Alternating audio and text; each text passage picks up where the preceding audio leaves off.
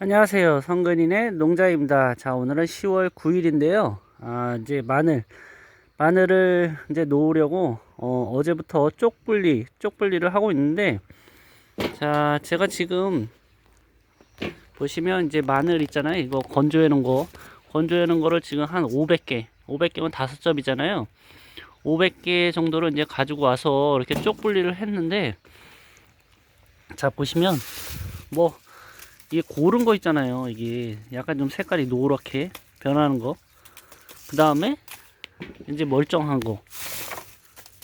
이거는 멀쩡한 건데 정말 반반씩 나옵니다. 반반씩.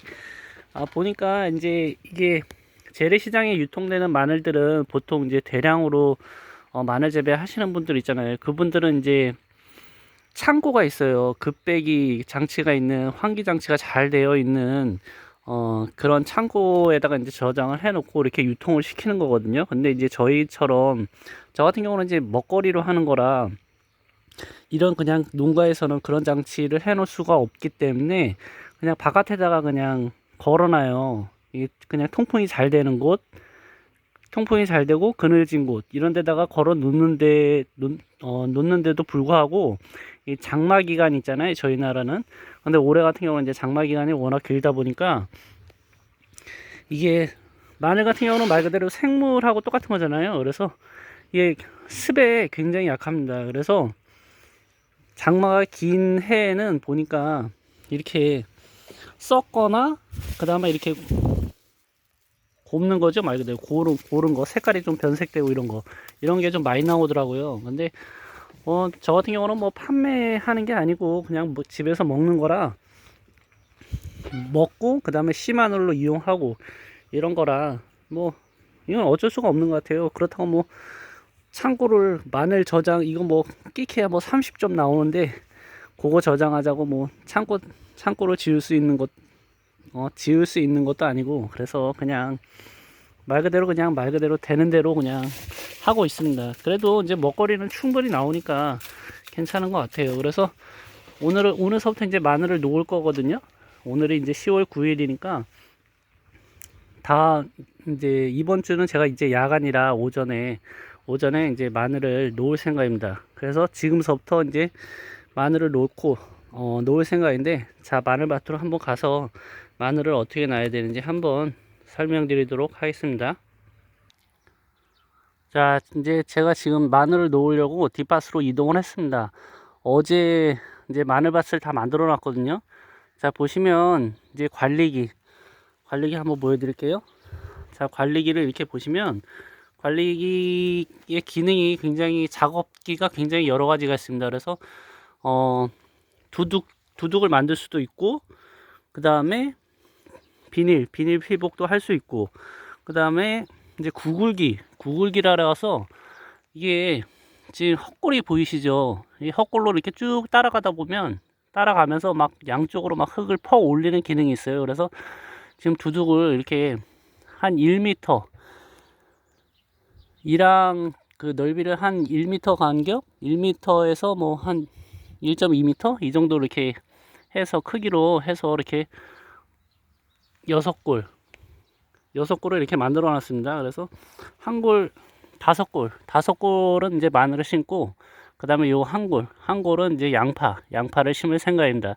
그래서 이제 제가 이렇게 대충 세알아 봤더니만 이게 지금 구멍이 이게 유공비닐이거든요. 유공비닐이 12개짜리인데 근데 이제 이게 묻히는 부분이 있고 이러다 보니까 한 8구에서 9개 그러니까 평균 한 8개 정도 심을 수 있더라고요. 그래서 저 끝까지 계산해 보니까 90이에요. 90줄. 그래서 한 720개 정도 들어가더라고요.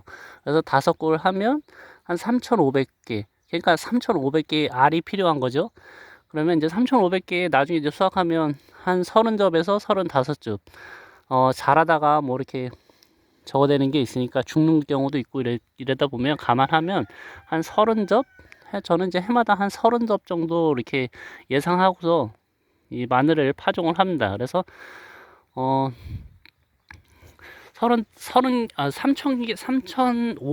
3,500개 정도가 필요한 것 같아요. 그래서 이게 보면 이게 마늘을 제가 이제 이게 마늘을 보여드렸잖아요. 이렇게 보면 마늘이 뭐 6쪽에서 한 10쪽 이 정도 되는데 그 중에서 쓸 수 있는 거는 한 4, 5개 정도 돼요. 그래서 평균 한 5개를 잡으면 3,500개니까 한 7접? 7접 정도가 이제 필요한 거죠. 저 같은 경우는. 그래서 지금 이제 쪽 분리하면서 이제 일단 분리해 놓은 거 오늘 놓고 그 다음에 내일서부터는 이제 오전에 이렇게 해서 놓을 생각입니다. 자, 마늘 같은 경우는 보통 이 씨의 이 깊이 있잖아요. 요 크기만큼 이제 집어 넣어야 되거든요. 그래서 보통 한 3, 4cm 깊이로 이렇게 심으라고 이제 되어 있긴 해요. 그래서 이 크기만큼 이게 깊이 이렇게 들어가야 되는 거예요. 이렇게 흙이 이렇게 보시면 요 크기만큼 흙이 요 위에 이렇게 쌓여야 되는 거죠. 요마침.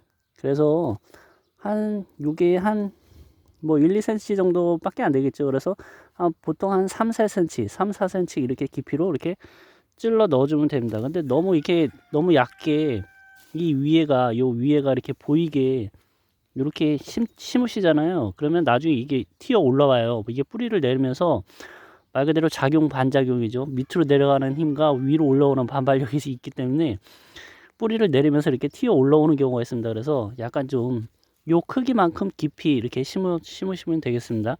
그래서 이 유공비닐 같은 경우는 여기가 20cm, 그 다음에 여기가 10cm예요. 그래서